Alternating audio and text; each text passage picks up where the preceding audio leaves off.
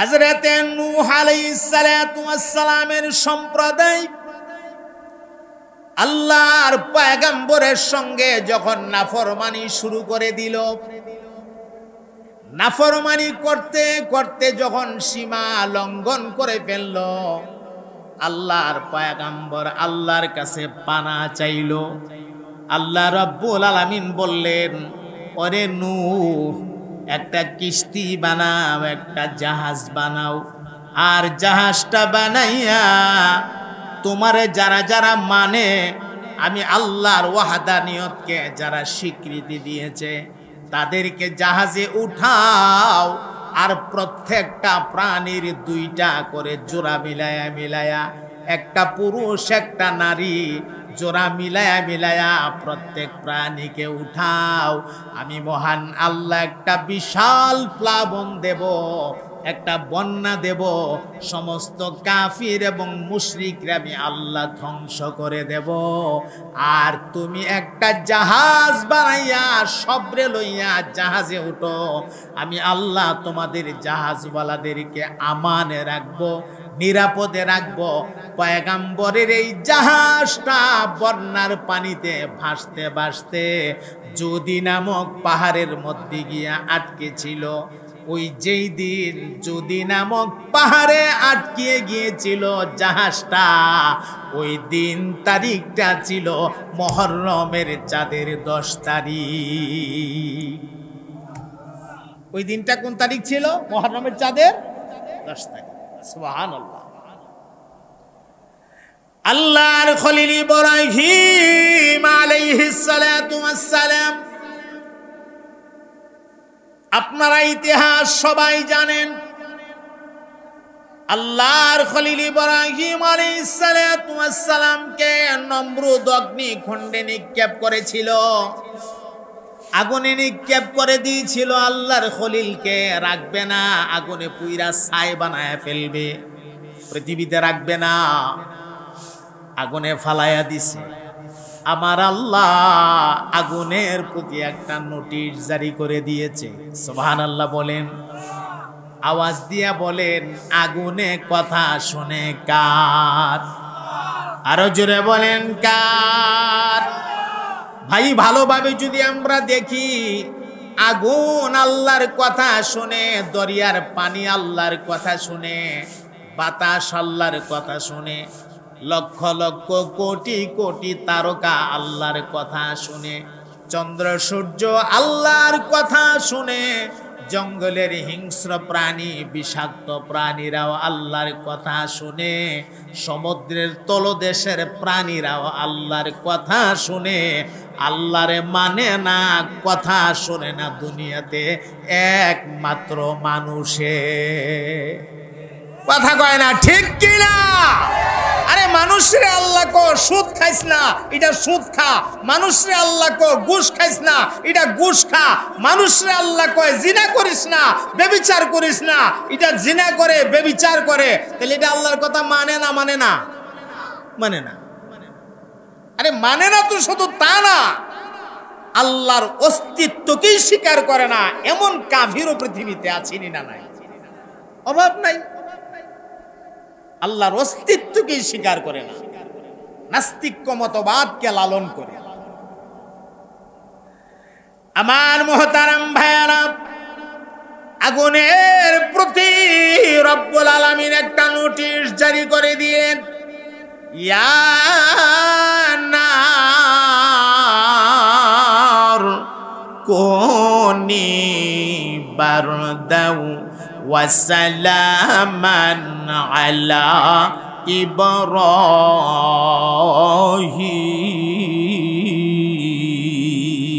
ইব্রাহিম। আগুনকে আল্লাহ ডাক মারলেন, রে আগুন, আমার ইব্রাহিমের জন্য তুই ঠান্ডা হয়ে যা। আবার এমন ঠান্ডা হইস না যেই ঠান্ডার কারণে আমার ইব্রাহিমের শরীর বরফের মতো শক্ত হয়ে যাবে। আল্লাহ কয়, সালামা, আরামদায়ক ঠান্ডা হয়ে যা, না ঠান্ডা না গরম, একেবারে এয়ার কন্ডিশন। আগুন আল্লাহর কথা মানছে, আল্লাহ বলছে তুই জ্বলবে কিন্তু তোর মধ্যে জ্বালানি ক্ষমতা থাকবে না। একটু জিকির করেন মহাব্বতে লা ইলাহা ইল্লাল্লাহ। ছিলাম গভীর মনোযোগ। আগুনকে আল্লাহ বলছেন তুই জ্বলবে ঠিকই কিন্তু তোর জ্বালানি ক্ষমতা থাকবে না। ইব্রাহিম আলাইহিস সালাতু ওয়াস সালাম আগুনের ভেতরে পড়ে গেলেন, গর্তের ভেতরে। সেখানে গিয়ে তাকায় দেখে বড় চমৎকার একটা স্বর্ণের মিম্বর, স্বর্ণের একটা কুরসি। আল্লাহর পয়গম্বর স্বর্ণের কুরসিতে বসে গেছে। চতুর্দিকে আমার আল্লাহ আগুনের ভেতরে জান্নাতের ফুল বাগান ফিট কইরা দিছে। পয়গম্বর আগুনের মাঝখানে স্বর্ণের মিম্বরে বসে বসে আমার আল্লাহর জিকিরের ভেতরে মাশগুল হয়ে গেছে। তাহলে বলেন ভাই, আগুনে বাঁচায় রাখার ক্ষমতা আমরা আল্লাহর আছে না নাই? সুবহানাল্লাহ। একটানা 40টা দিন আগুনের ভেতরে পয়গম্বর ইব্রাহিম আলাইহিস সালাতু ওয়াস সালাম ছিলেন। 40 দিন পরে যেই তারিখে, যেই দিনে আল্লাহর খলিল ইব্রাহিমকে নাজাত দেওয়া হয়েছিল, মুক্তি দেওয়া হয়েছিল, ওই তারিখটা ছিল মুহররমের 10 তারিখ। আল্লাহু আকবার বলেন। এইরকম অনেকগুলো ঐতিহাসিক ঘটনার সম্পর্ক এই মুহররমের চাঁদের 10 তারিখের সাথে আছে। সব যদি একের পর এক বলতে চাই তাইলে আমার এই পয়েন্টের উপরেই ওয়াজটা শেষ হয়ে যাবে। সবচাইতে মর্মান্তিক যে ঘটনাটা এই চাঁদে ঘটেছিল, সবচাইতে ভয়াবহ, হৃদয় বিদারক এবং ইসলামের ইতিহাসের পাতায় রক্ত দিয়া লেখা যেই ঘটনা ঘটেছিল, সেই ঘটনাটা হলো নবী পাকের কলিজার টুকরা নাতি হযরত ইমাম হুসাইন রাদিয়াল্লাহু তাআলা আনহুকে এই মুহররমের চাঁদের 10 তারিখে কারবালার প্রান্তরে শহীদ করে দিয়েছিলেন ইয়াজিদ বাহিনী। নাউজুবিল্লাহ বলেন। হযরত ইমাম হুসাইন রাদিয়াল্লাহু তাআলা আনহুর জিন্দেগীর কিছু কথা আপনাদেরকে শোনাবো। আমরা আমাদের মূল কথাগুলি শুরু করে দিয়েছি আল্লাহর রহমতে। হযরত ইমাম হুসাইন রাদিয়াল্লাহু তাআলা আনহুকে রাসূল আরবি সাল্লাল্লাহু আলাইহি সাল্লাম খুব বেশি ভালোবাসতেন, খুব বেশি মহব্বত করতেন। একদিনের একটা ঘটনায় আসছে, আল্লাহর হাবিব সাল্লাল্লাহু আলাইহি সাল্লাম জানু পেরে বসছে। জানু পেরে বসা বুঝেন তো? 2 পা এভাবে দিয়ে জানু পাইরা বসছে। তো এক উরাতে রসুল বসাইছেন হযরত ইমাম হুসাইনকে, নাতি। আরেক উরাতে বসাইছে আল্লাহর নবী পাকের কলিজার টুকরা সন্তান কাসেমকে। এক উরাতে নাতি, আরেক উরাতে ছেলে। রসুলের জন্য একজন নাতি আর একজন কি ছেলে। আর যারা বৈশা রইছে 2 ওরাতে 2 জন, তারা 2 জন সম্পর্কে কি? একজন কি আছে ভাই, আর জোরে গান মামু বাইগনা। তারা তো দুজনই ছোট মানুষ, নবী পাকের কোলে বৈশা খেলাধুলা করতেছে, মামু বাইগনা। আমার নবী দেখিয়া মনের মধ্যে খুব আনন্দ আসছে। রসুল পাক আনন্দে একটা মুচকি হাসি মারছে। সুবহানাল্লাহ পড়েন। নাতিরা যখন খেলাধুলা করে, নানারা দাদারা তখন হাসে না, তাকায় তাকায় শান্তি লাগে। যাদের নাতি আছে তারা বুঝে নাতির প্রতি দাদা নানার আদরটা কত। রসুল একটা মুচকি হাসি মারছে। হযরত জয়নব রাদিয়াল্লাহু তাআলা আনহা তাকায়া তাকায়া সব দেখতেছে। হাসিটা দিয়া দেরি নাই, সাথে সাথে আবার 2টা চোখ থেকে পানি ছাইরা দিয়া কাঁদতে শুরু করছে। এখন হাসলো, এখনই কান্দা দিল। এটার ভিতরে রহস্য আছে না নাই? আমি যদি এখন হাসি মারি, হাসি দিয়ে যদি আবার সাথে সাথে কান্দা দেই, আপনাদের মনে একটা প্রশ্ন আসবে না, হুজুরে দেখলাম এখন হাসি মারলো আবার এখনই কান্দা দিল, ঘটনা কি? স্বাভাবিক কারণে মনের মধ্যে প্রশ্ন আসবে। আল্লাহর হাবিব একটা মুচকি হাসি মারলেন, হাসি দেওয়ার সাথে সাথে আবার দুইটা চোখের পানি ছাইরা কায়দা দিলেন। যায়েনব রাদিয়াল্লাহু তাআলা আনহা ঘটনাটা দেখে আল্লাহর নবীর কাছে গিয়ে আরজ করলেন, ইয়া রাসূলুল্লাহ সাল্লাল্লাহু আলাইহি ওয়াসাল্লাম, নবী গো, আপনারে কোরাতে আপনার কলিজার টুকরা নাতি হোসাইন, আরে কোরাতে আপনার সন্তান কাসেম, আমি ভালো করে দেখেছি দুইজন যখন খেলাধুলাতে মাশগুল, এমন সময় আপনি একটা মুচকি হাসি দিয়েছেন ইয়া রাসূলুল্লাহ। হাসিটা দেওয়ার পরে আবার সাথে সাথে দুইটা চোখের পানি ছাইরা দিয়া কাঁদতে শুরু করলেন। নবী গো, কেন হাসি দিলেন, কেনই বা আপনি কাঁদলেন, কারণটা কি? এমনি আমার নবী ডাক দিয়া করে, যায়েনব, এই কারণ আমারে জিজ্ঞেস কইরো না, কারণটা যদি আমি নবী তোমার কাছে বর্ণনা করি আর কোনো না কোনো ভাবে যদি আমার ফাতেমার কানে চলে যা, আমার ফাতেমা যদি কারণটা জানতে পারে গো, আমি নবীর মন সাক্ষী দে, আমার ফাতেমা সহ্য করতে পারবে না, আমার ফাতেমা কলিজা ফেটে দুনিয়ার থেকে বিদায় হয়ে যাবে। রে যায়েনব, অতএব কারণটা তুমি জানতে চাও না। হযরত যায়েনব রাদিয়াল্লাহু তাআলা আনহা, একটা মানুষের ভেতরে একটা স্বভাব আছে, আল ইনসানু হারিসুম মিম্মা মুনিয়াব, মানুষকে যেই জিনিস থেকে নিষেধ করা হয় এই জিনিসের প্রতি মানুষের আকর্ষণ বাড়ে। আল্লাহ নবী যখন বললেন কারণটা জানতে চেও না, যায়েনবের আকর্ষণ আরো বাইরে গেছে। হযরত যায়েনব ডাক দিয়া কয়, ইয়া রাসূলুল্লাহ, অবশ্যই কারণটা আপনি আমার কাছে বলতে হবে গো, আমি আপনার সাথে ওয়াদা দিলাম, আমি আপনার সঙ্গে কথা দিলাম, এই কারণ আপনার ফাতেমাকে আমি জানাবো না। এমন সময় আমার নবীর চোখ থেকে গড়গড় করে পানি বের হয়ে গেছে।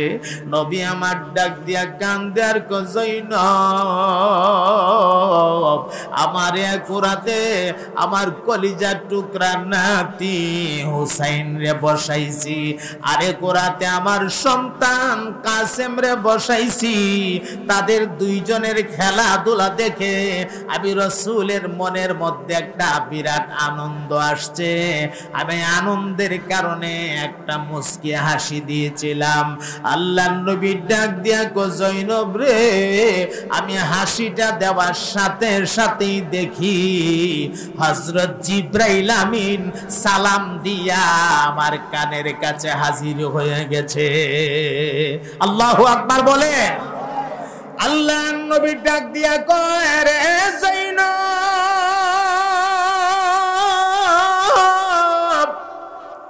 জিবরাইল আমার কানে আইসা ডাক দিয়া কয়, ইয়া রাসূলুল্লাহ, আপনার নাতি এবং সন্তান রে দেখে আজকে যে আনন্দে একটা হাসি দিয়েছেন, নবী গো, সেই দিনটা বেশি দূরে না, সেই দিনটা বেশি দূরে না, আপনি নবী তখন দুনিয়ায় থাকবেন না, দুনিয়ার থেকে বিদায় হয়ে যাবেন। কারবালার প্রান্তরে ইয়াজিদ বাহিনীর সঙ্গে আপনার নাতির মোকাবেলা হবে, আপনার নাতির যুদ্ধ হবে, লড়াই হবে। আপনার নাতি সেদিন ময়দানে পানি পানি বলে চিৎকার করবে আর ঘুরতে থাকবে। একটা ফোঁটা পানি আপনার হুসাইনের কিসমতে জুটবে না। শেষ পর্যন্ত পানি পান না কইরা হয়ে আপনার নাতি সেখানে শাহাদতের পেয়ালা পান করে নিবে। আল্লাহর হাবিব ডাক দিয়া কয়, রে জৈনব,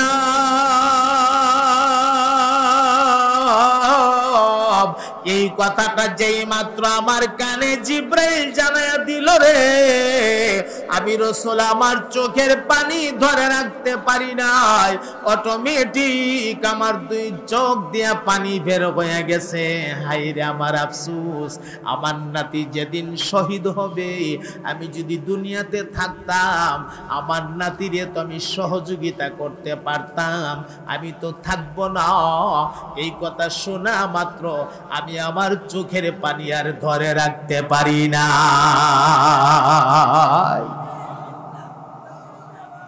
এমন অনেকগুলো ওয়াকিয়া আছে। আর একদিন আমার নবী ডাক দিয়া কয়, রে যায়নাব, আমি আমার দুইটা নাতির লইয়া বসলাম, একজনের নাম হাসান আর একজনের নাম হুসাইন। বলেন নাম কি? হাসান, আরেকজনের নাম হুসাইন। কত সুন্দর নাম, হাসান আর হুসাইন। দুঃখজনক হলো এই কত সত্য, আমাদের সমাজে এখনো কিছু মাথা মোটা গাড় মোটা মানুষ আছে, নামটারেও সুন্দর করে কয় না, সুখ পালন করে, সুখ পালনের নামে ভণ্ডামি করে, কথা কয় না। আরে আসেনি না নাই? মুহররমের চাঁদের 10 তারিখ আসলে সুখ পালনের নামে ভণ্ডামি করেনি না করে না? ঘোড়া বানায় মঞ্জিল ফোসা মঞ্জিল। এরপরে দেখা যায় আপনার ছুরি লইয়া চাকু লইয়া নিজের শরীর থেকে রক্ত বাহির করে। হারাম, বিনা কারণে নিজের শরীর থেকে রক্ত বাহির করা, বলেন রক্ত বাহির করা হারাম। এটা সুখ পালন না, সুখ পালনের নামে ভণ্ডামি, কথা বলেন ঠিক কিনা? আবার আমরা সমাজে কিছু মানুষ আছে জারি গান গা, জারি গান। এটা আপনারা শুনছেন কিনা জানি না, আল্লাহ জানে। গানি না গানা, আফসুস। আকাশে কান্দে বাতাসে কান্দে, কান্দে বিবি সকিনা, আকাশ কান্দে বাতাস কান্দে, কান্দে বিবি সকিনা।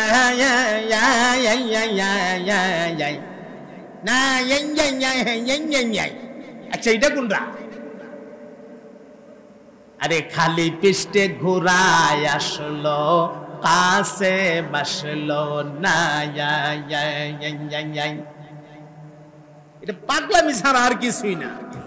আবার কিছু আছে, কাছে মালি রনে গেল, কান্দে বিবি সকিনা। হ্যাঁ আয় করতেছে, আরেক গলে বুহতা পাইতেছে, আয় হচ্ছে আয় হচ্ছে আয় হচ্ছে আয় হচ্ছে আয় হচ্ছে। পাগলের দল, হাচ্ছে আর হচ্ছে কি? একটা সাধারণ নামকে বিকৃতি করলে কবিরা গুনাহ হয়। আব্দুর রহমানের জায়গায় যদি রহমান না কয় কবিরা গুনাহ হয়। আব্দুল করিমের জায়গায় যদি কবিরা কয়া ডাক দে তখন কবিরা গুনাহ হয়। আব্দুল সাত্তারের ডাক যদি জায়গায় যদি সাত্তাইরা কয়া ডাক দে কবিরা গুনাহ হয়। আর নবীর কলিজার টুকরা দুইটা নাতি জান্নাতে সমস্ত যুবকদের সরদার হবে যারা, ইমাম হাসান আর হুসাইন রাদিয়াল্লাহু তাআলা আনহুমা, তাদের নাম তুমি বিকৃতি করো, হাচ্ছে আর হুচ্ছে করো, তোমার ঈমান থাকবে না, তুমি ঈমান হারা হয়ে যাবে। কথা বলেন ঠিক কিনা? এটা সুখ পালন না, এটা সুখ পালনের নামে ভণ্ডামি। রাসূল পাকের কলিজার টুকরা দুইটা নাতির নাম নিতে গেলেও তোমাকে আদবের সাথে নিতে হবে, ঠিক কিনা? আপনারা আমার দিকে মনোযোগ দেন। উনি ওনার কাজ করতেছে, ওনার কাজ ওনারে করতে দেন, উনি করুক, আমরা মনোযোগ হারা না হই। কারণ একটা মাজমায় একটা মাহফিলে বিভিন্ন রকমের মানুষ থাকে, কোনো কোনো মাহফিলে তো আমরা বয়ান করি সময় দেখা যায় ওই কোন আত্মীয়টা হাঁ করে সিল্লি মারে, হোঁ করে সিল্লি মারে, ওইটা দৌড় মারে। তা আমরা তো একটা দিকটা অভ্যস্ত, আমাদের অসুবিধা হয় না। তা আমরা যদি অসুবিধা না হয় আপনাদের হবে কেন? আমার দিকে তাকায় থাকেন, উনি যা মনে হচ্ছে তা করুক, তাও তো সামনে না পিছেতে যা মনে হচ্ছে করতেছে। উনারে যত ডিস্টার্ব করবেন ডিস্টার্বটা তত বাড়বো, ডিস্টার্ব কমতো না। ওনার দিকে চাইবেন না, চাইলে উনি আকর্ষণ পাইব, চাইবেন না, ওনার কাজ উনি করুক। কষ্ট হইতেছে আপনাদের? রসুল পাকের কলিজার টুকরা নাতি দুইটা, তুমি হাঁটছে আর হুচ্ছে করো। তুমি কি জানো নবী এই দুইটা নাতিরে কত ভালোবাসতো? আসতেছে কথা, খেয়াল করেন আমার ভাইয়ারা। বলছিলাম আল্লাহর হাবিবের কাছে দুই নাতি। বলেন কয় নাতি?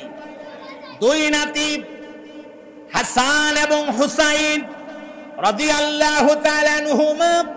দুই নাতি নবীর পাশে। আমার নবী জয়নব রে ডাক দিলেন, রে জয়নব ঘরের ভেতরে ঢুকো, ঢুইকা তাকায়া দেখো একটা পিয়ালাতে আমি পানি রাখছি, পানি, আর একটা পিয়ালাতে আমি রাসূল মধু রাখছি, মধু। পানি এবং মধু দুটোটা পেয়ালা আমার কাছে আনো। দুইটা পেয়ালা আল্লাহর হাবিবের হাতে আইনা তুইল্লা দিলে, আল্লাহর নবী নিজের হাতে হাসান রে দিলেন মধুর পেয়ালাটা পান করার জন্য, আর হুসাইন রে দিলেন পানির পেয়ালাটা পান করার জন্য। সুবহানাল্লাহ বলবেন না? আচ্ছা, নবীর দুইটা নাতি, দুই মেয়ের ঘরের না এক মেয়ের ঘরের? ওই এক মেয়ের ঘরের দুইটা নাতি, একজন রে দিলেন পানি, আরেকজন রে দিলেন মধু। এটা বেশ কম লাগতেছে না কথাটা? আপনার বাড়িতে দুইটা নাতি আছে, বাজার থেকে আসার সময় একজনের লাগিয়ে আনছেন একটা জুস, জুস দামি একটা জুস আনছেন, আর আরেকজনের লাগিয়ে আনছেন হাফ লিটার একটা পানির বোতল। একজনের পানির বোতল দিলেন, আরেকজনের জুসটা দিলেন।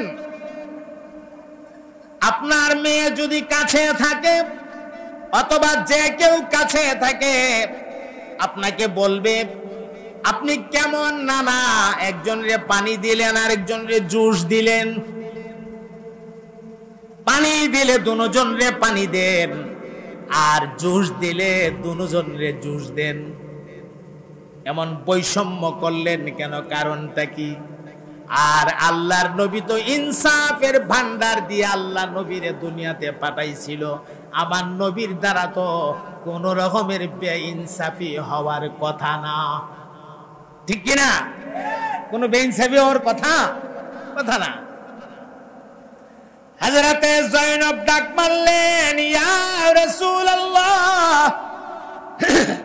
সাল্লাল্লাহু আলাইহি ওয়াসাল্লাম। যাও বসো দিয়া, আমরা ছাত্র, বসো দিয়া। ইয়া রাসূলুল্লাহ সাল্লাল্লাহু আলাইহি ওয়াসাল্লাম, আল্লাহর নবী গো, একই মেয়ের ঘরের আপনার দুইটা নাতি, একজনরে আপনি দিলেন মধু, আরেকজন রে দিলেন পানি, কারণটা কি? একটু মনোযোগ দেন ভাই। আমার নবী ডাক দিয়া কয়, জয়নব রে কারণ জানতে চাইও না, কিন্তু নাসুর বান্দি জয়নব কারণ না জান্না ছাড়বে না। জয়নব ডাক দিয়া কয়, ইয়া রাসূলুল্লাহ কারণ আপনাকে বলতেই হবে, দয়া করে আপনি কারণ আমার কাছে বলুন। এমনি আমার নবী ডাক দিয়া কয়, রে জয়নব,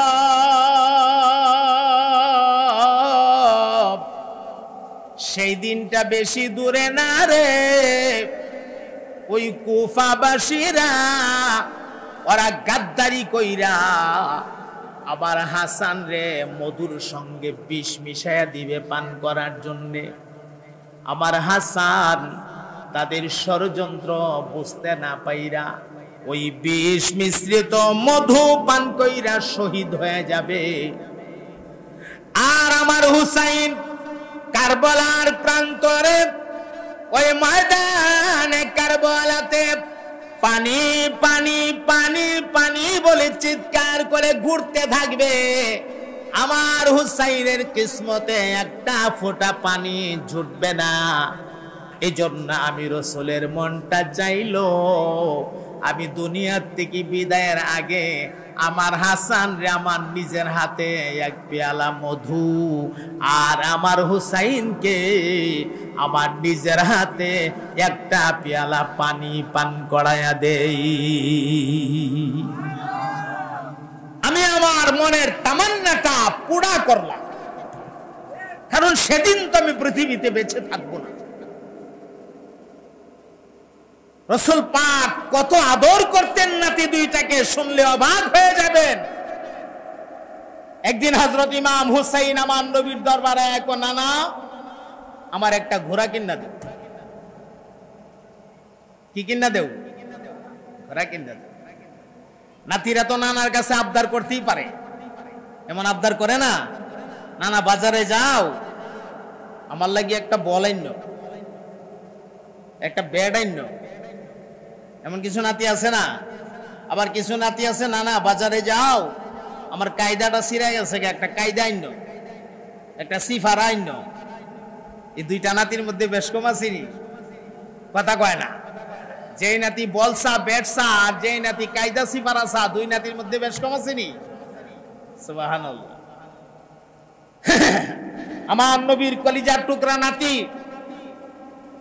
হযরত ইমাম হুসাইন ডাক দিয়া কনা, না আমার একটা ঘোড়া কিনা দেব। আমার ঘোড়া দৌড়াইবার বড় শখ। আমরা সমাজে কিছু পোলাপান আছে দেখবেন ঘোড়া দৌড়া, এটা ছোটবেলা আমরাও করছি, খুব মনে পড়ে। বললে আপনি বলবেন আমিও করছি। কলা গাছের ডাগা দুই ঠেঙ্গের মাঝখানটা দিয়া পিছে তার লেজ বানাইছি, কলা গাছের ডাগা দিয়া সামনে দা দুইরা এরকম খাপুল খুপুল করে দৌড়াইছি। আর কই ঘোড়া দৌড়াইতেছি, পিছে দা ওইটা নাচতাছে লেজটা, ঘোড়া দৌড়াই। জিগাইলে কি করস রে? বলে ঘোড়া দৌড়াই। ঘোড়া দৌড়া না নিজে দৌড়ে? কথা কয় না। ঘোড়া দৌড়া না নিজে দৌড়ে? ছোটবেলায় এরকম করেন নাই? একটা রিং এরকম চাক্কা, একটা রিং, এটার মধ্যে এরকম বাঁকা করে একটা শিক লাগাইয়া এভাবে দইরা এভাবে ধাক্কা দিলে রিংটা ঘুরে আর সামনের দিকে যায়। গাড়ি চালানি দৌড়তাছে, গাড়ি চালাইতেছে আস্তে করে, আলাইলে আলে ডাইনে বামে ঘুরানিও যা। এরকম গাড়ি চালাইছেন না আপনারা ছোটবেলা? না, এটা মনে হয় আপনারা বুদলের মানুষ, তেলিনগর মানুষের চিনেন না।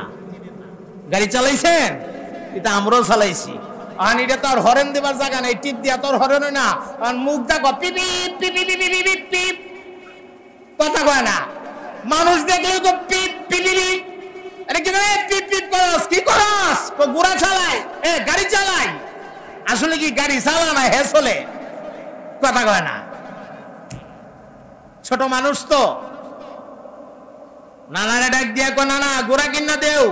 শখ উঠছে। কিসের শখ? ঘোড়া দৌড়াইতাম। নানা কয়, কোত্থেকে আমি তোমার ঘোড়া কিনা দেব নাতি, আমার তো সেই সামর্থ্য নাই। আসো আমার কাছে, আসো, তোমার শখটা মিটাই দেই। ঘোড়া তো কিনা দিতে পারবো না, তবে শখটা তো মিটাই দিতে পারবো। সুবহানাল্লাহ। কি আদর করতেন আমার নবী নাতিদেরকে। মুসলমান বন্ধু আমার নবী দুইটা হাঁটু মাটিতে লাগাইয়া দিয়া রাহমাতুল লিল আলামিন দুইটা হাতের তালু মাটিতে লাগায়া, আমরা দেশে যারা আপ্পা কো আপ্পা, আপ্পা বুঝেন তো? আপ্পা রসুল এইভাবে আপ্পা দিছে, হাঁটু জমিনে, নবীর হাত দুইটা জমিনে। নাতিরে ডাক দিয়া করে, নাতি এবার আয় রে নাতি আয়, আমার পৃষ্ঠে সাওয়ার হইয়া ব। আজকে আমি নবী তোর নানা নিজে তোর জন্য ঘোড়া হয়ে গেলাম।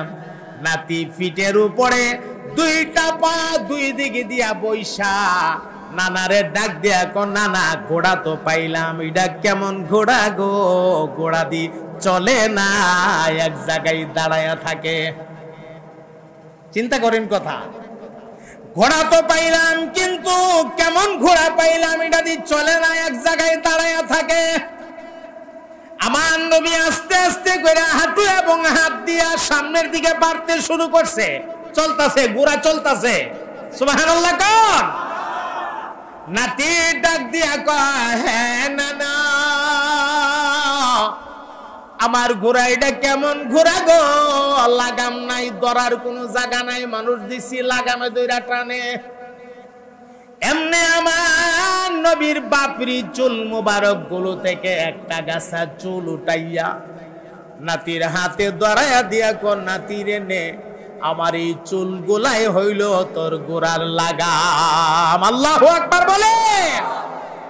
কেমন আদরের নাতি, পিঠে উঠায়া রাসূলের চুল মুবারক রে লাগাম বানায় নাতির হাতে তুলিয়া দিয়া কয়, আমি তোমার ঘোড়া, চলছি। আমার মুহতারাম ভাইরা, এই দৃশ্যটা হযরত আলী রাদিয়াল্লাহু তাআলা আনহু দেখে ফেলেছে। বাবা বাবা হযরত ইমাম হাসানের হুসাইনের বাবা দৃশ্যটা দেখা দাঁড়ায়া দাঁড়ায়া ডাক মারছে, রে হাসান হুসাইন, তুমি ঘোড়া দৌড়াও, তবে এই কথাটা সত্য, এমন একটা ঘোড়া তুমি পাইছো রে, তোমার ঘোড়ার মতো দামি ঘোড়া অতীতেও ছিল না, ভবিষ্যতেও থাকবে না। এমন দামি ঘোড়া আল্লাহর জমিনে আর খুঁজে পাওয়া যাবে না। আল্লাহু আকবার বলে। আমার মুহতারাম বন্ধু, আরেক দিনের একটা কথা আপনাদেরকে শোনাই। নবী আমার নামাজের সেজদা দিয়েছে। নামাজের সেজদা গুরুত্বপূর্ণ একটি অপশন। নামাজের কিয়াম, রুকু, সেজদা, বৈঠক, এগুলো গুরুত্বপূর্ণ অপশন নামাজের জন্য। আবার নবী সেজদা দিয়েছে। হযরত ইমাম হুসাইন নবীর কাঁধের উপরে দুইটা পা দুই দিকে দিয়া গিয়া বসছে। বৈশা নবীর বাবরি মুবারকের মধ্যে দইরা দইরা টানে, মোহাব্বতের আওয়াজে বলে দিন না সুবহানাল্লাহ। নবী আমার চিন্তায় পড়ে গেল, টেনশনে পড়ে গেল, মাথা উঠাবো সেজদা থেকে নাকি উঠাবো না।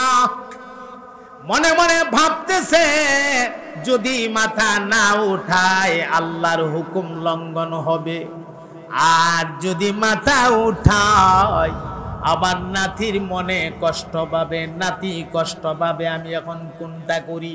এই ভাবনাই যখন পড়ে গেল, শেষ পর্যন্ত আমার নবী সিদ্ধান্ত নিল, না না, নাতির মোহাব্বত আল্লাহর হুকুম থেকে বড় না, আল্লাহর হুকুমের উপরে নাতির মোহাব্বতকে গালেব করা যাবে না।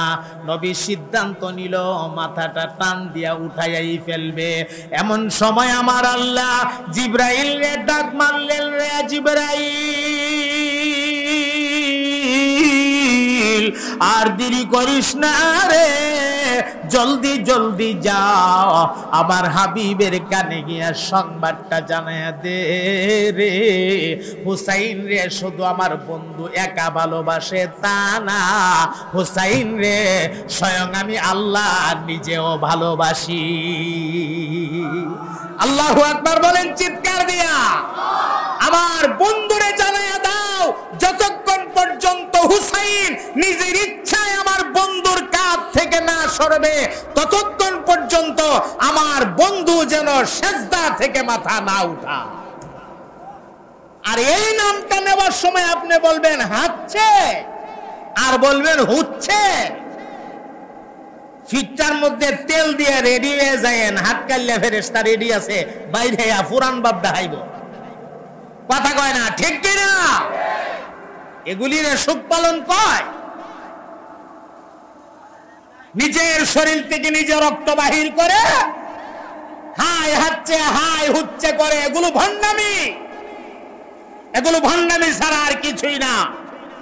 ইসলামে এই সমস্ত কাজের কোনো ভিত্তি নাই। হ্যাঁ, এতই যদি তোমার দরদ থাকে নবীর নাতির জন্য, তাহলে 2টা রোজা রাখো, 1 খতম কোরআন শরীফ পড়ো, একটা তাসবিহ খতম পড়ো, একটু জিকির আজকার করো, হ্যাঁ, কয়েকজনে মিল্লা বসে একটু কান্নাকাটি করে দোয়া পড়ো, দোয়াটা হাদিয়া হিসাবে পাঠাইয়া দেও, আল্লাহ ওনার রুহে হাদিয়া পৌঁছায়া দিবে। কথা বলেন ঠিক কিনা? কিন্তু লাইনে না হাঁটটা বেলাইনে হাঁটে, হাঁটছে হচ্ছে কয়া কখনো আপনি সুখ পালনের দাবি করতে পারবেন না। সুখ পালনের দাবি করাটা ঠিক হবে না, এটা বেঠিক, অযৌক্তিক এবং শরীয়ত সম্পন্ন না, হ্যাঁ শরীয়ত সম্মত না, সম্পূর্ণ শরীয়ত বিরোধী একটা কাজ এটা। আল্লাহ আমাদের হিফাজত করেন, সবাই বলেন আমিন, আরো মহাব্বতে বলেন আমিন। আমার সম্মানিত ভাইয়ারা, আরেকটা কথা জেহেনে আসছে, বলবো শুনেন। একদিন রাত গভীর হয়ে গেছে। রাত কি হয়ে গেছে? গভীর। আমার নবী দুই নাতির নিয়ে গল্প করতেছে। গল্প এটা আমরার দেশের নানা নাতির গল্পের মতো না। আমরার দেশেও তো নানা নাতি গল্প করে। রাতে নানা নাতি একসাথে বিছানায় শুইছে, তো নাতি নানারে ডাক দিয়া কো, নানা চোখে ঘুম আসতেছে না, একটা গল্প শোনাও। তে আমরার দেশও কিছু নাতি আছে, হ্যাঁ নানা আছে, তখন কয় নাতি তো গল্প শুনো। শুরু করছে গল্প। বলে কি গল্প? ওই এক দেশে এক রাজা ছিল। এই রাজার একটা ঘোড়া ছিল, ঘোড়াটার 11টা ঠ্যাং ছিল আর 13টা লেজ ছিল। এখন লাগবে 11টা ঠ্যাং ছিল, 13টা কি ছিল? লেজ ছিল। তখন নাতি ডাক দিয়া কো, নানা এটা কেমন ঘোড়া গো, যেই ঘোড়ার 11টা ঠ্যাং আর 13টা লেজ? নানা তখন ডাক দিয়া কো, নাতি ভুল ধরিস না, কিচ্ছা যত মিথ্যা তত। কিচ্ছা কইতাছি এটার ভিতরে মিথ্যা হই থাকবে সব, ভুল যদি দরস্তে মজা পাইতে না।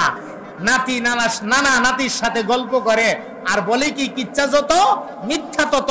আমার নবী নাতিদের সাথে গল্প করে, কিচ্ছা যত মিথ্যা তত না, কিচ্ছা যত সত্য তত। কথা বলেন ঠিক কিনা? নবীবাদ জান্নাতের নিয়ামতের বর্ণনা দিতেছে নাতিদেরকে। জান্নাতে আল্লাহ কোন ধরনের নিয়ামত দান করবেন সেই নিয়ামতের বর্ণনা দিতেছে নাতিদেরকে। রাত গভীর হয়ে গেছে। এক পর্যায়ে রাসূল ডাক দিয়া বললেন, নাতিরা যাও তোমরা গিয়া ঘুমাও, ওই হুজরায় তোমরা চলে যাও, গিয়া ঘুমাও। এমনি নাতি ডাক দিয়া কো, না যাবো তো ঠিক আছে, অন্ধকার রাত, একটু আলো দেন না, লাইট একটু লাইট দেন না।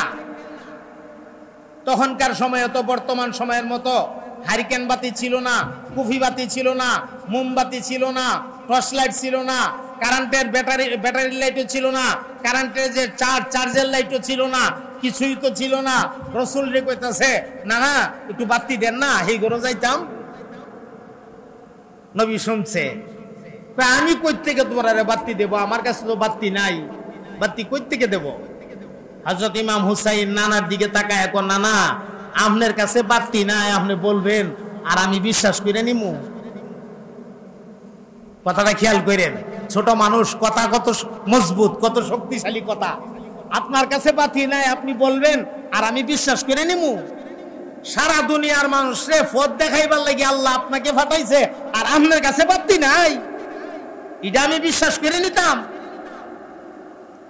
এই কথা শুনে নবীর কলিজায় বড় শান্তি পাইছে। নবী একটা মুস্কি হাসি মারছে দরজার সামনে। কথাটা শুনে একটা হাসি মারছে। নাতি যখন এইভাবে আমনের কাছে বাতি নাই, আমনে কইবেন আর আমি বিশ্বাস করে নিমু? রাসূলের মনের মধ্যে আনন্দ আসছে নাতির কথা শুনে, আর একটা হাসি মারছে, মুচকি হাসি। আর নাতি দুইটারে ধাক্কা দিয়া সামনে বাড়াই দিছে, সামনের দিকে দৌড় দিছে নাতি দুইটা। আর রাসূল মুবারকের দাঁত মুবারক গুলি যে বের হয়েছে, রাসূল পাকের দাঁত মুবারক গুলি যে বের হয়েছে, দাঁতটা বের হওয়ার সাথে সাথে আসমান থেকে বিদ্যুৎ চমকাইলে যেমন আলো হয়ে যা, এই হুজরা থেকে ওই হুজরা পর্যন্ত পুরা জায়গাটা একদম আলোকিত হয়ে গেছে। নাতি দৌড় দিয়ে হ্যাঁ ঘরে গিয়া কোনা, না কইছিলাম না তোমার কাছে লাইট আছে? এই লাইট দুনিয়ার অন্য কাহারু কাছে নাই। সুবহানাল্লাহ বলেন। আমার সম্মানিত ভাইরা, নবীর এই কলিজার টুকরা নাতি হযরত ইমাম হুসাইন রাদিয়াল্লাহু তাআলা আনহু এই মুহররমের চাঁদের 10 তারিখে কারবালার প্রান্তরে শাহাদত বরণ করেছিলেন। কেমনে কিভাবে পুরা ঘটনা যদি সাজায়া গুছায়া আপনাদেরকে শোনাইতে চাই, অনেক লম্বা এক ঘটনা, বিস্তারিত বলা সম্ভব না, তবে মোটামুটি কথাগুলি আপনাদেরকে আমি শোনাবো।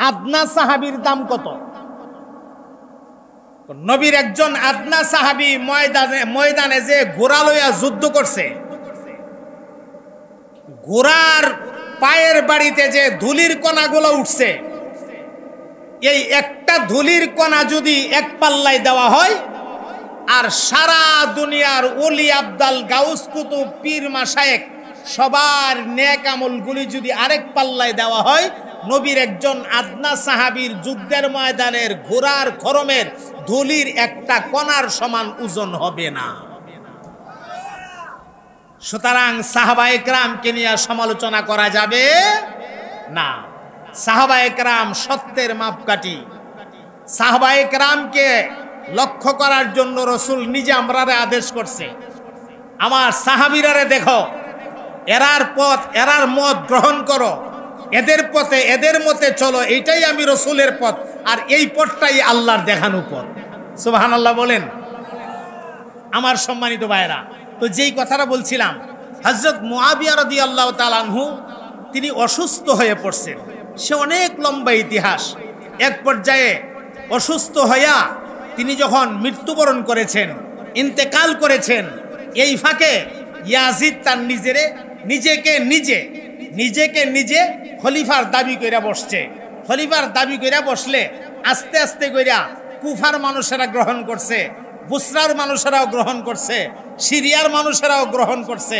আস্তে আস্তে বিভিন্ন এলাকা, বিভিন্ন মহল এ দাবিটা গ্রহণ করে নিতেছে, ওনারে খলিফা হিসাবে মাইনা নিতেছে। কিন্তু নবীর কলিজার টুকরা নাতি হযরত ইমাম হুসাইন রাদিয়াল্লাহু তাআলা আনহুর যে পরিবার, এরা বলতেছে না, ইয়াজিদকে খলিফা হিসাবে মানা যায় না, কারণ ইয়াজিদের মধ্যে সেই পরিমাণে তাকওয়া নাই, সেই পরিমাণে পরহেজগারি নাই। যদিও রাষ্ট্র পরিচালনা করার মতো যোগ্যতা তার আছে, কিন্তু সেই পরিমাণ তাকওয়া তার মধ্যে নাই। যেহেতু তার মধ্যে তাকওয়া নাই, আমরা তারে খলিফা হিসাবে মানতে রাজি না। ঝামেলাটা কিভাবে সৃষ্টি হয়েছে একটু খেয়াল করেন। আমরা তারে খলিফা হিসাবে মানতে রাজি না। ইয়াজিদ করছে কি, তখনকার সময়ের মদিনার গভর্নর উবাইদুল্লাহ ইবনে জিয়াদের কাছে একটা পত্র পাঠাইয়া দিছে, আর জানাইয়া দিছে, হে উবাইদুল্লাহ ইবনে জিয়াদ, তুমি হুসাইন বরাবর চিঠি পাঠাও, লোকজন রে দিয়া চিঠি পাঠাও, যে কোনো কায়দায় যে কোনো মূল্যে হুসাইন রে এবং হুসাইন পরিবার রে আমার পক্ষে বায়াত গ্রহণ করাইতে হবে তোমাকে। যদি বায়াত গ্রহণ না করে, প্রয়োজনে তলোয়ারের সাহায্য হলেও হুসাইনকে আমার পক্ষে বায়াত গ্রহণ করাইতে হবে। বলেন, এটা জুলুম কি জুলুম না? আরো জনগণ, এটা জুলুম কি জুলুম না? জুলুম। এই যখন নির্দেশ পেয়ে গেল ইয়াজিদের পক্ষ থেকে উবাইদুল্লাহ বিন জিয়াদ, এই নির্দেশ পায়া উবাইদুল্লাহ বিন জিয়াদ কুফা, বুসরা, সিরিয়ার মানুষদেরকে বলে দিল, তোমরা হুসাইন বরাবর চিঠি পাঠাইতে থাকো। এখন তারা চিঠি পাঠানি শুরু করছে। প্রত্যেকটা চিঠির মধ্যে এক ধরনের লেখা। চিঠির ভেতরে লেখা, হে হুসাইন, আমরা আপনাকে অনেক ভালোবাসি, আমরা আপনার ভক্ত, আমরা ইয়াজিদকে খলিফা হিসাবে মানতে রাজি না। আপনি কুফা, বুসরা, সিরিয়া ওই সমস্ত এলাকায় আসেন, আমরা আপনার হাতে বায়াত গ্রহণ করব, আমরা আপনাকে নিয়ে আপনার খেলাফতিতে আমরা আমাদের জিন্দেগি পরিচালনা করব, আপনি চলে আসুন। এইভাবে প্রত্যেকটা চিঠির মধ্যে লেখা। এরকম একটা দুইটা চিঠি না, প্রায় 2 থেকে 250 চিঠি হযরত হুসাইনের কাছে আসছে। কতগুলা চিঠি? 2 থেকে 250 চিঠি। প্রত্যেকটা চিঠিতে এক ধরনের লেখা। আমার ভাইয়েরা, হযরত ইমাম হুসাইন রাদিয়াল্লাহু তাআলা আনহু, উনার যে সাথীরা 70 থেকে 72 জন সাথী। কতজন সাথী? 70 থেকে 72 জন সাথী। আর অন্যরা যারা অনেক বড় বড় সাহাবীরাও ছিল তখন, হেরাও খেলাফতি মাইন্না নিছে গা, তার খেলাফতি মাইন্না নিছে। বড় ফিতনার আশঙ্কা আছে, এই ফিতনার আশঙ্কা থেকে বাঁচার জন্য ওরা মাইন্না নিয়ে গেছে। কিন্তু হযরত ইমাম হুসাইন রাদিয়াল্লাহু তাআলা আনহু, যার তাকওয়া ছিল বেশি, যার পরহেজগারি ছিল বেশি, আরে ভাই, যার যেই মানুষটা তো দুনিয়ার সাধারণ মানুষ না, রসুল পাকেরই কলিজার টুকরা নাতি, তো হযরত ইমাম হুসাইন তো এটা মাইনা নিতে পারতেছে না। নিজে নিজে খলিফা হই কেমনে? ইসলামে নিজে নিজে খলিফা হওয়ার তো কোনো সিস্টেম নাই, ইসলামে নিজে নিজে আমির হওয়ার তো কোনো সিস্টেম নাই। আমির বানাইতে হবে, বানাইলে আমির হবে, নিজে নিজে আমির হওয়ার তো কোনো সিস্টেম নাই। এই সিস্টেম তো মাইনা নেওয়া যায় না। উনি ওনার 70 থেকে 72 জন সাথী, এই সাথীরারে লইয়া একটা পরামর্শ মিটিংয়ে বসছে, কি করা যায়। পরামর্শ মিটিংয়ে বসছে। উনার আপন চাচাতো ভাই হযরত মুসলিম ইবনে আকিল ডাক দিয়া কয়, ভাই আপনি যাবেন না। খেয়াল আছে আপনাদের? মনোযোগ আছে? আপনি কি করবেন না? যাবেন না। আমি আপনার ভাই, তাদের চিঠির যে ধরন দেখা যায়, চিঠির ধরনে বোঝা যায়, চিঠির লক্ষণে বোঝা যায়। প্রত্যেকটা চিঠির মধ্যে এক কায়দায় এক ধরনের লেখা, এই লেখার ধরনে বোঝা যায় এদের উদ্দেশ্য বালা না। মাশাআল্লাহ। এ ভাই হুজুরের চেয়ার দেন, এদিকে বড় চেয়ারে দেন, মারহাবা বলেন, বড় চেয়ারে দেন। আমি কথাটা খুব সংক্ষেপে শেষ করে দিতেছি, 1 মিনিটের ভিতরে। আমার ভাইয়েরা, মুসলিম ইবনে আকিল বললেন, ভাই আমি যাই, এলাকার অবস্থাটা গিয়ে আমি দেখি, এলাকার অবস্থাটা দেখা, অবস্থাটা পর্যবেক্ষণ কইরা আমি আপনার কাছে চিঠি লিখব। আমার হাতের লেখা চিঠি না পাওয়া পর্যন্ত আপনি কিন্তু রওনা দিবেন না। মুসলিম ইবনে আকিল চলে গেছে। আমার ভাই মুসলিম ইবনে আকিলের সাথে এরা কিন্তু আচরণ বেশি একটা ভালো করে নাই। তিনি সেখানে গিয়া হান ইবনে উরওয়া নামক একটা ব্যক্তি ছিল, ওই হান ইবনে উরওয়ার ঘরের মধ্যে আশ্রয় নিছে। দিনের বেলা হইলে মানুষরে হযরত হুসাইনের পক্ষে বায়াত গ্রহণ করা, আর রাতের বেলা হইলে হান ইবনে উরওয়ার ঘরে থাকে। এইভাবে দেখা গেছে আস্তে আস্তে কইরা প্রায় 80,000 মানুষ হযরত ইমাম হুসাইনের পক্ষে মুসলিম ইবনে আকিলের কাছে বায়াত গ্রহণ করেছে। যেখানে 80,000 মানুষ আছে সেখানে তো আর কোনো ভয় নাই। এখন ভাইয়ের কাছে একটা চিঠি লিখছে, হে ভাই হুসাইন, 80,000 মানুষ আপনার ভক্ত, আপনি আসতে পারেন, কোনো অসুবিধা নাই। এই চিঠি পাঠাইয়া দিছে। আর এরা যখন দেখছে মুসলিম ইবনে আকিল চিঠি পাঠাইয়া দিছে, এখন এমত অবস্থায় এরাও চিন্তা করে দেখলো আর মুসলিম ইবনে আকিল রে বাঁচায় আর কেলাব নাই। কারণ চিঠি যখন হুসাইনের কাছে গেছে গা, মুসলিম ইবনে আকিলের চিঠি গেছে গা, হুসাইন তো এখন আইবই। হুসাইন আবার আগে আগে মুসলিম ইবনে আকিল রে কারবারটা সাইরা লাই। এগুলির উদ্দেশ্য ভালো, কথা কয় না? এগুলির উদ্দেশ্য ভালো, এগুলি মুনাফিক। বলেন এগুলি কি? মুনাফিক। এগুলি বাটপার, উপরে একরকম ভিতরে আরেক রকম। আমার ভাই এটা অনেক লম্বা ওয়াকিয়া।